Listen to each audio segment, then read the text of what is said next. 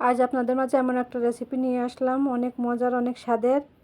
এটা হচ্ছে সেমাই। নমস্কার, আমি ইতিকার রান্নাঘরে আপনাদেরকে স্বাগত জানাচ্ছি। প্রথমে কড়াইটা গরম করে 1 চামচ ঘি দিয়ে দিলাম। এখন সেমাইটা আমি দিয়ে ভালোভাবে ভেজে নেব, লাল লাল করে। সেমাইটা যত ভালোভাবে ভাজা হবে গন্ধটাও সুন্দর হবে, আবার খেতেও ভালো লাগবে। এখন ভাজা হয়ে গেল সেমাইটা। এখন আমি আবার ঘি দিয়ে কাজু, কিশমিশ, এলাচ এগুলো দিয়ে ভেজে নিলাম।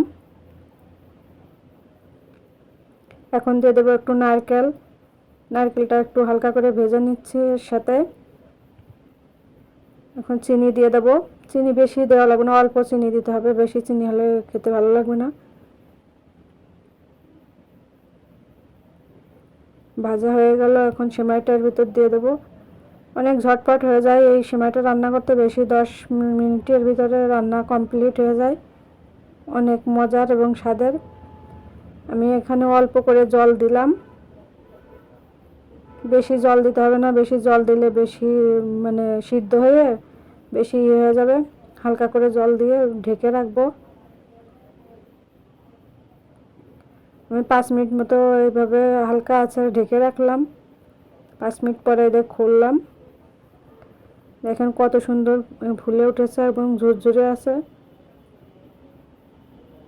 এইভাবে সেমাই রান্না করে খেয়ে দেখবেন, অনেক মজা লাগে, অনেক টেস্টি, দুধ ছাড়াই ভালো লাগে খেতে। এখন আমি পরিবেশন করে দেখাচ্ছি। দেখেন কতটা ঝুরঝুরে হয়েছে, অনেক সুন্দর লাগছে দেখতেও, আর খেতেও অনেক মজা লাগে। এইভাবে আমি তো রান্না করে খেয়ে দেখি, অনেক ভালো লাগে। আপনাদের কেমন লাগে অবশ্যই জানাবেন। আমার ভিডিও যদি ভালো লাগে অবশ্যই লাইক, কমেন্ট, শেয়ার করবেন।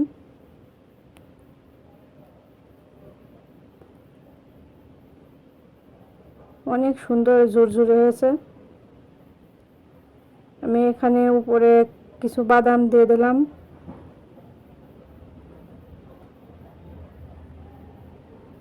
বাদাম দিলে দেখতেও ভালো লাগে, আবার খেতে তো অনেক মজা লাগে। এখানে কাজু, কিশমিশ, কাঠবাদাম, চীনাবাদাম সব ধরনের বাদাম আছে। আর অনেক মজার, আর ঘিয়ের একটা আলাদা ফ্লেভার তো আছে।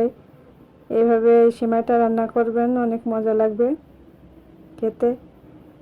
দেখেন কতটা সুন্দর হয়েছে, ঝরঝরে, দেখেই বোঝা যাচ্ছে।